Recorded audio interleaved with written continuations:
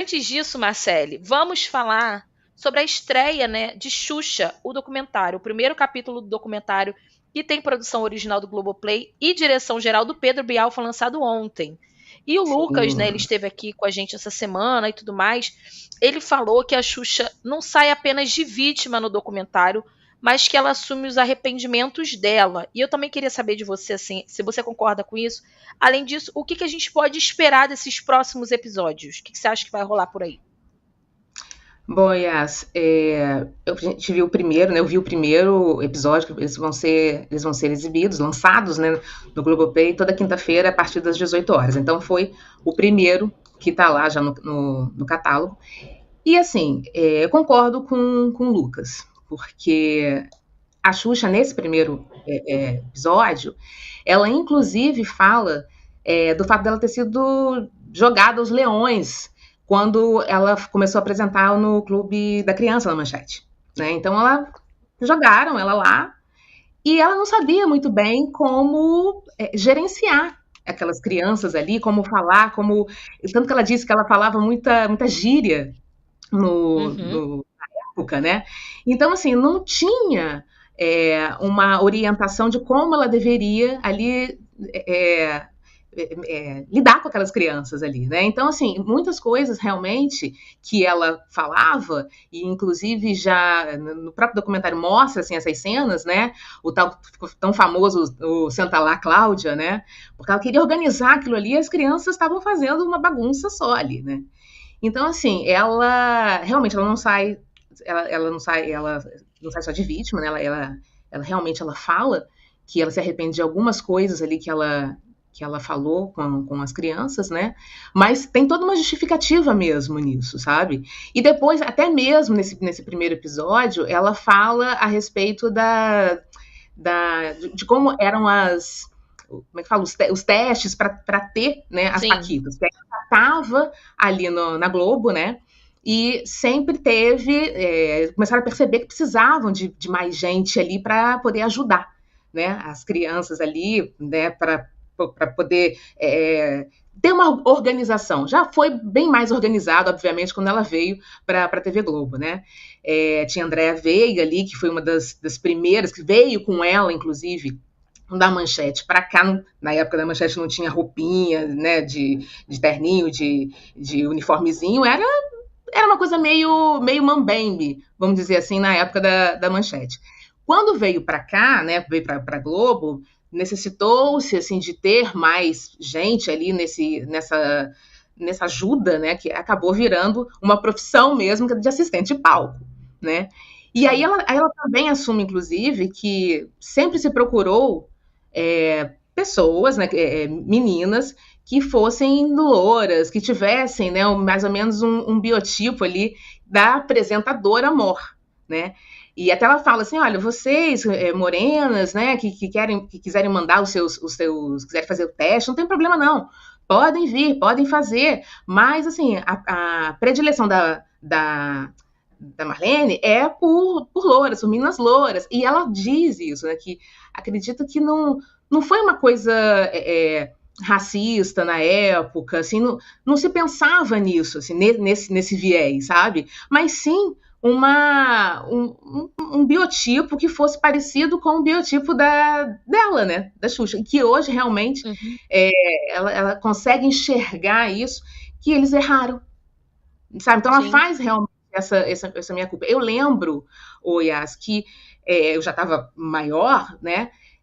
Mas assim, vocês pensava, né? Assim, poxa, que legal seria, né? Se tivesse uma Paquita preta ali, né? Poxa, acho que a gente poderia se identificar mais e tudo. Tanto que quando a Bombom chegou lá na frente, no Planeta Xuxa, se não me engano, Sim. não era mais o show da Xuxa, Planeta Xuxa, que eu olhei e falei, gente, primeiro eu achei que era uma Paquita, depois eu falei, não é uma Paquita, é uma assistente de Não palco, é. mas caraca, que maneiro isso, sabe?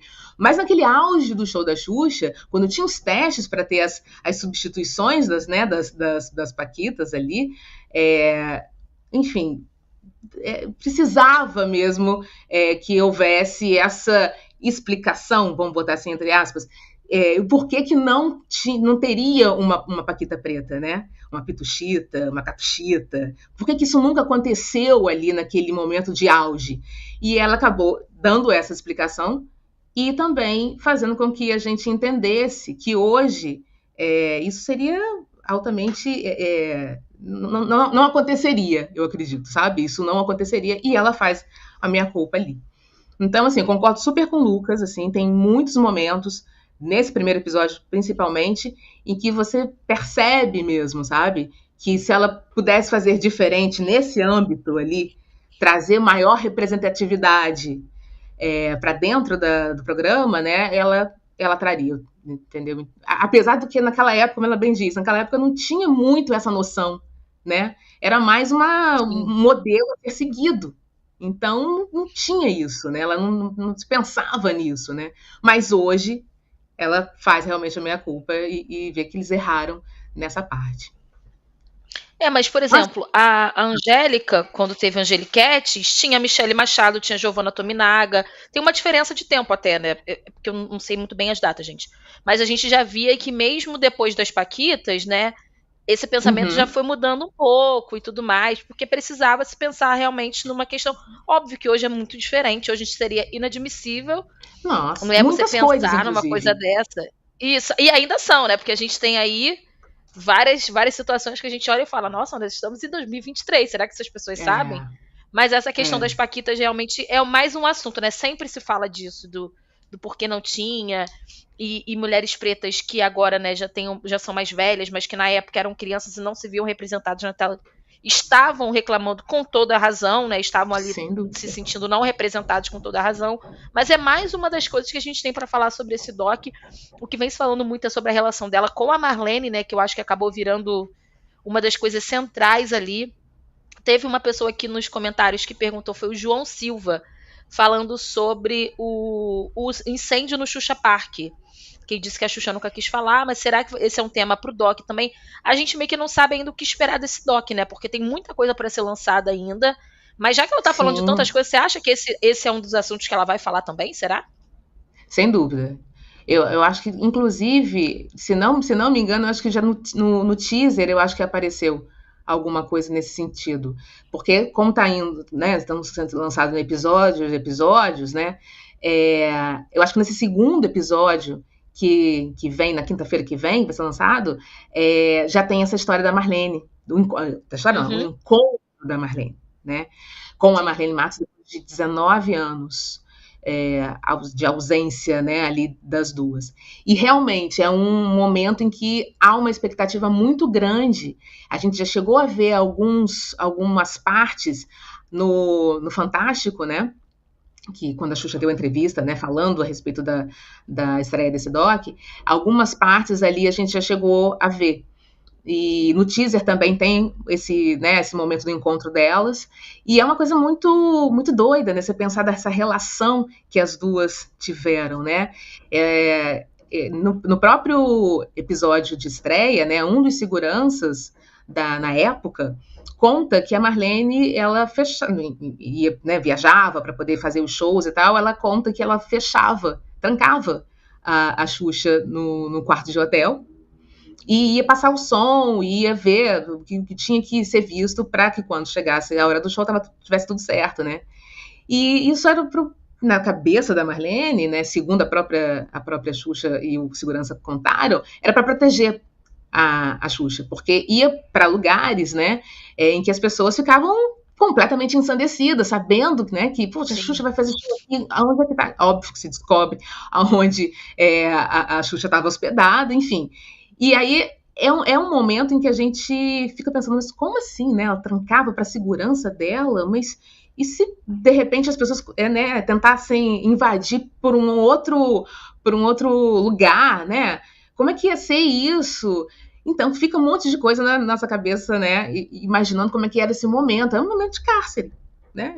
Ela trancava e ia. Então é um momento ali, eu acho que de tentar repassar algumas coisas. E a gente já viu nesse teaser mesmo que a Marlene já disse que não se arrepende de nada que foi feito, né? O que deixou a própria Xuxa meio surpresa com isso, né? E ela fala, meu temor é que as pessoas assistam o documentário, né? E vejam como, né? Você como um monstro. E ela fala, Xuxa, seus fãs já me veem assim há muito tempo.